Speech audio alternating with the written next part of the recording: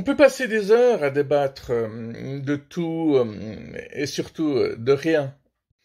Il y a des personnes qui n'aiment pas parler de sujets profonds, hein.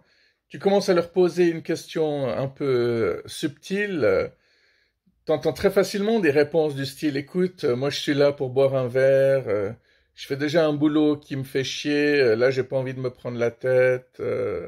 Alors, il y a plusieurs façons, plusieurs moyens de déceler l'intelligence chez une personne. L'humour est essentiel, c'est primordial. Si quelqu'un a un bon humour, c'est que il a un bon niveau de culture. Oui, parce que quelqu'un qui rigole que sur du pipi caca, qui rigole que sur les blagues racistes, sexistes, LGBT-phobes, c'est pas quelqu'un de très intéressant. Et le niveau d'intelligence se voit aussi quand les personnes savent écouter, hein. Très peu de personnes écoutent réellement. Elles attendent que tu termines ta phrase pour pouvoir directement rétorquer, te contredire, simplement dire quelque chose, hein. Les gens cherchent surtout à avoir raison, hein. Ils s'en foutent de la vérité. Ce qu'ils disent ne doit pas être juste, ils doivent juste avoir le dernier mot. Personnellement, quand je parle avec des gens et que je leur pose des questions, j'aime beaucoup quand ils me disent des trucs du style, écoute, je ne sais pas, mais je vais chercher la réponse et parfois ils sortent des livres ou leur téléphone et ils essaient de trouver la vraie réponse, hein. Ils essaient pas d'inventer une réponse simplement pour t'en mettre plein la vue. Bon, moi je les repère assez vite, hein, les gens qui essayent de bluffer.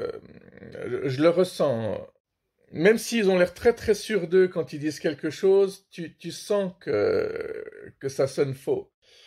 Alors, j'ai connu des personnes qui ont fait beaucoup d'études, et parmi eux, il n'y a pas tout le temps des lumières, hein. Il y a même des gens extrêmement stupides qui font des études.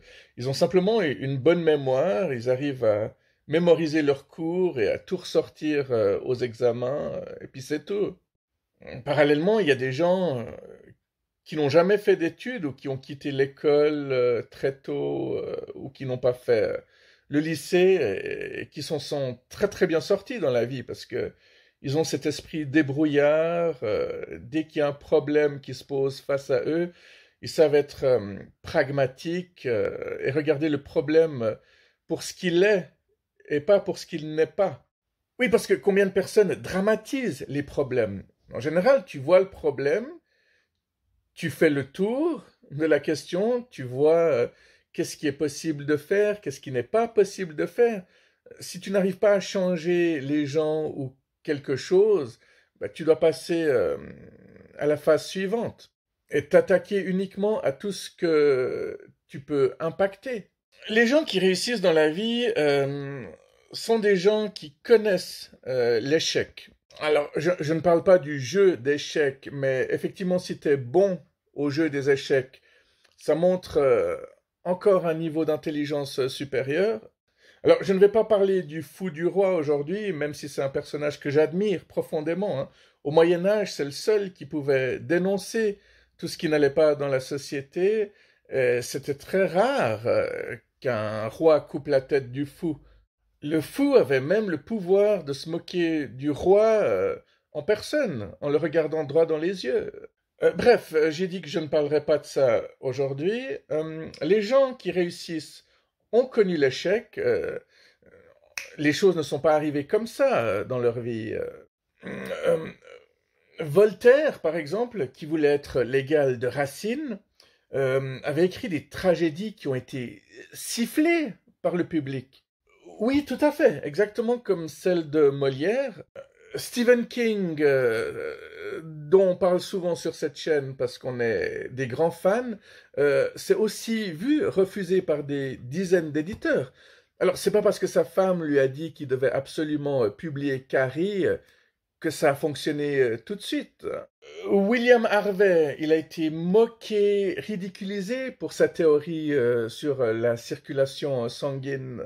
Steve Jobs, lui, a été viré de Apple. Émile Zola avait mis des années pour percer. Hein, La fortune des Rougon ne s'est vendue qu'à 500 exemplaires à sa sortie. Alors qu'est-ce que la réussite? Est-ce que la réussite, c'est de ne jamais connaître l'échec? Non, je viens de le démontrer. La réussite, c'est de bien, très bien connaître l'échec, mais de la surmonter et de la dépasser vaillamment. L'utiliser pour s'améliorer. Comme disait Nelson Mandela, je n'échoue jamais, soit je réussis, soit j'apprends quelque chose.